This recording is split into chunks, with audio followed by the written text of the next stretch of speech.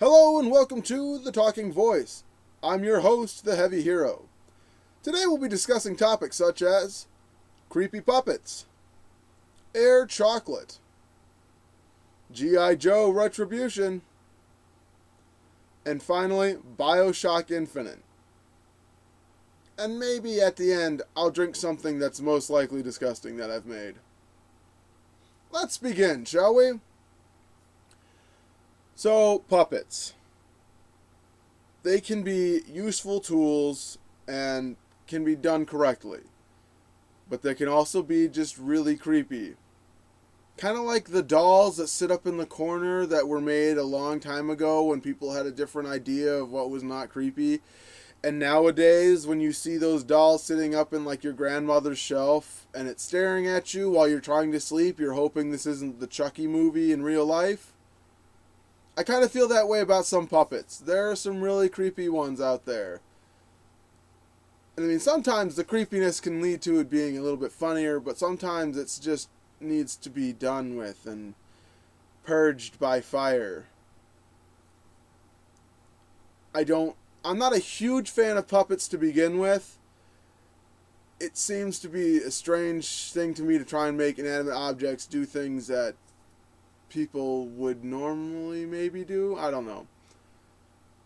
It's not for me. I'm not a big puppet guy. I mean, there are some people who can do it well, and, you know, more power to them. But not for me. I'm just not a big puppet guy. They're not as funny to me as they could be. Mostly because it's just someone having a conversation with themselves. And to me, it'd be funnier if they were just talking to themselves the whole time without a puppet. Just holding a two-sided conversation. Or, no, is it one-sided since it's one person, or is it two-sided because it's two characters?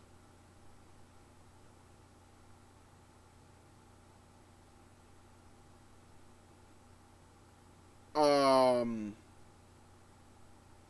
going to go with it's two-sided. One for each character would be the vote I'm going to give. So, yeah, puppets are not for me. Other people can have them. That's fine. I don't care that much. I'm not on a rampage to go and destroy all puppets and stop their existence. They're fine. I won't go near them that often. Right. Next topic. Air chocolate. It's a new thing, or a newer thing, that some places are doing where they have little air bubbles inside of their chocolate bar. And personally, I like to have a full chocolate bar with nothing but chocolate in it. I feel like if I had air in it, it'd be less chocolate, and therefore I'm paying more for things that I already have, which is air. And the flavor difference can't be that big that someone decides that they have to put air inside of the chocolate, like inject little air bubbles inside of there. But more power to the people who think that that's a good idea. No, not more power to them. Stop it. I want my chocolate bars to just have chocolate in them, or caramel, or nougat, or little crunchy, crispy things, or maybe some peanuts or almonds every once in a while. Okay, so there's a lot of other things that I'd rather have in chocolate besides air. I don't need air in my chocolate. Air is around me at all times. It doesn't need to be inside of my chocolate bar taking up space that could be used for other really delicious things. Stop it. Right. So G.I. Joe Retribution was a movie. And the main character, don't get me wrong, the main character did an amazing job. He was the best performance by far. I have never seen someone fit the role so well. Explosions. You get an Oscar nomination for Best Main Character in an Action Film. I mean, wow. Your role brought me to tears. Everybody else I found lacking, but Explosions you did so well. Thank you. Now, I'm going to try and touch on the subject without doing any spoilers. I think I can do it. Bioshock Infinite is the third game in a series which has been a cut above most games every time it's released something. And this one is no different. It was amazing. Well done.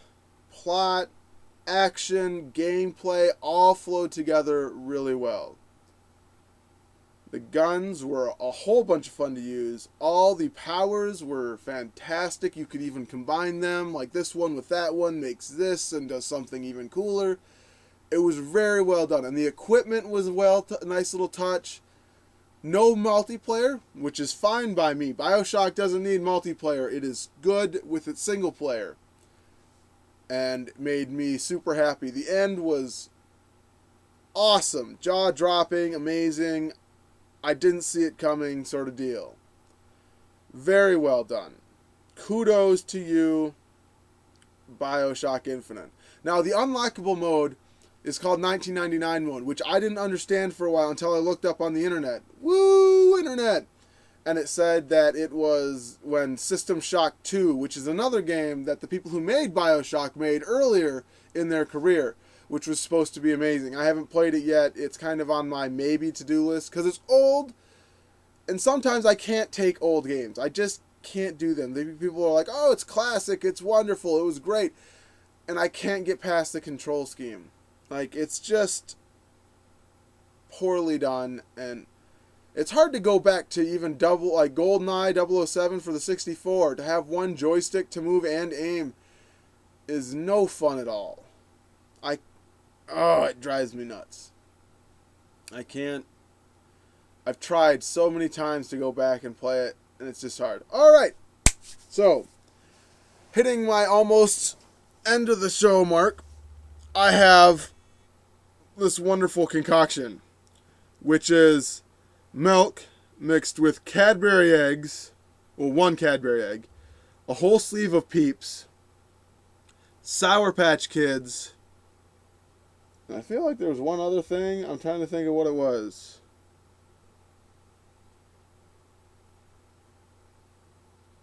Nope, I think that's actually it. But, as you probably can't see, or maybe if I put it up close enough, it's separated. It's made itself into 2 layers, and I am so afraid right now. I'm trying to find something that I can stir it with. Oh well. Oh, it's thick. Oh, it's thick. Oh, God.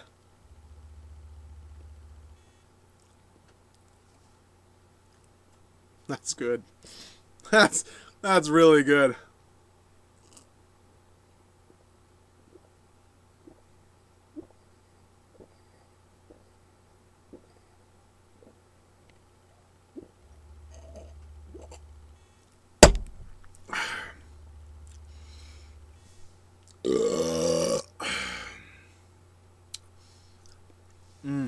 I especially like the chunks of Sour Patch Kids. I'm kind of sad. I was expecting that to be really disgusting. Well, thank you for joining me for the Talking Voice. I'll see you again next week. Or actually pretty soon, since this one's going to be late in posting because of internet problems.